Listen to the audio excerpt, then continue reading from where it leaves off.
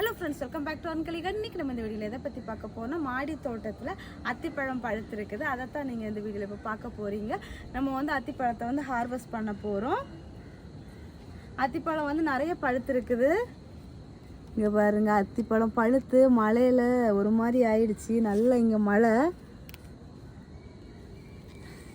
வாய் மாதிரி இருக்குது. ஒன்று, அடுத்தது காக்கா கிட்ட காப்பாத்துறதுக்காக மூடி வச்சது.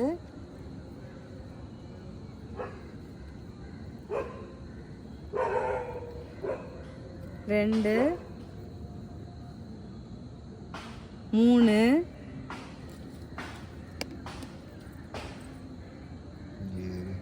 ஏன் விழுந்தா?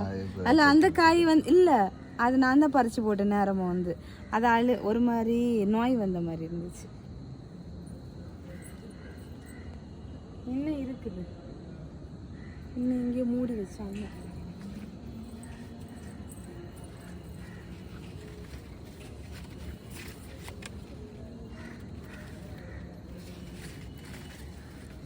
கொஞ்ச நாளாகவே அத்திப்பழம் நமக்கு கிடைக்கவே இல்லை.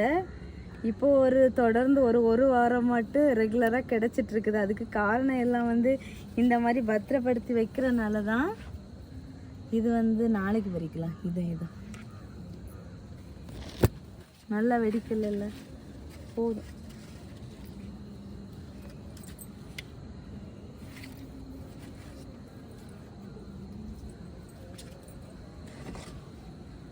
இன்னைக்கு நமக்கு வந்து எத்தனை 3, 4, 5 அத்திப்பழம் கிடச்சிருக்குது.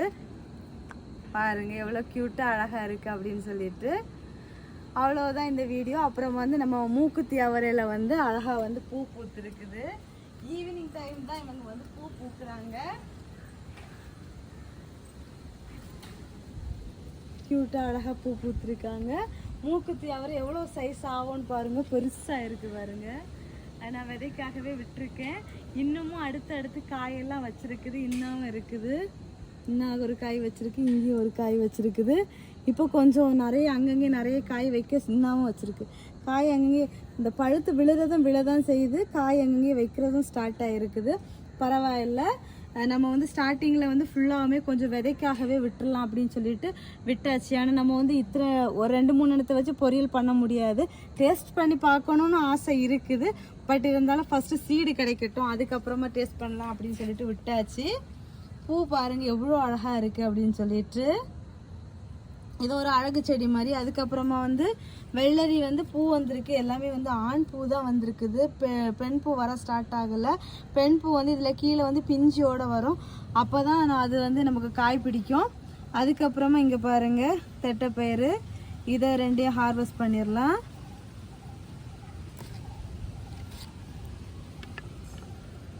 ஏன்னா நம்ம வந்து அதை விட்டு யூஸ் இல்லை, இந்த முத்திரும். சும்மா நம்ம பீன்ஸ் ஏதாவது பொரியல் பண்ணும்போது சேர்த்தால பண்ணிடலாம். இதுவுமே இதாகிடுச்சு. வேற இருக்கா? இது ரொம்ப பொடி இல்லை, அவ்வளோதான். வர இல்லை. இதை நான் வந்து தப்பு பண்ணிட்டேன். இதே மாதிரி வந்து நான் வந்து ஒரு 2-3 கேனில் கூட இதே மாதிரி வச்சுருக்கணும். வச்சுருந்தா நமக்கு வந்து டெய்லி வந்து பொரியல் பண்ணுற அளவுக்கு காய் கிடச்சிருக்கும். பட் வந்து நான் வந்து கொஞ்சமாக போதும் அப்படின்னு வச்சுட்டேன். நெக்ஸ்ட்டு நான் வந்து விதைக்கணும். விதைக்கும் போது அந்த மாதிரி பிளான் பண்ணலான்னு யோசித்து வச்சுருக்கேன். அவரைக்காய் வந்து நம்ம வந்து ஹார்வெஸ்ட் பண்ணோம், பொரியல் பண்ணோம். டேஸ்ட்டாக சூப்பராக இருந்துச்சு. நம்ம கடையில் வாங்குறதுக்கும் இதுக்குமே ரொம்ப வித்தியாசமாக இருந்துச்சு. நம்ம கடையில் வாங்கும்போது நம்ம கொஞ்சம் முத்துனது எல்லாமே மிக்சிங்கில் இருக்கும். இது எல்லாமே இலசா வந்து குறுந்து மாதிரி டேஸ்ட்டாக சூப்பராக இருந்துச்சு. அவ்வளோதான். இது இருக்குதா? மல்பெரி இருக்குதா? இல்லை. அவ்வளோதான் இந்திய ஹார்வெஸ்ட்டு. ஸோ ஃப்ரெண்ட்ஸ் எல்லோரும் வீடியோ லைக் பண்ணுங்கள், ஷேர் பண்ணுங்கள், கமெண்ட் பண்ணுங்கள், சப்ஸ்கிரைப் பண்ணுங்கள். நெக்ஸ்ட் இன்ட்ரெஸ்டிங்கான வீடியோவில் மீட் பண்ணலாம். அது வரைக்கும் பாய். Happy gardening. டாடா, பாய்.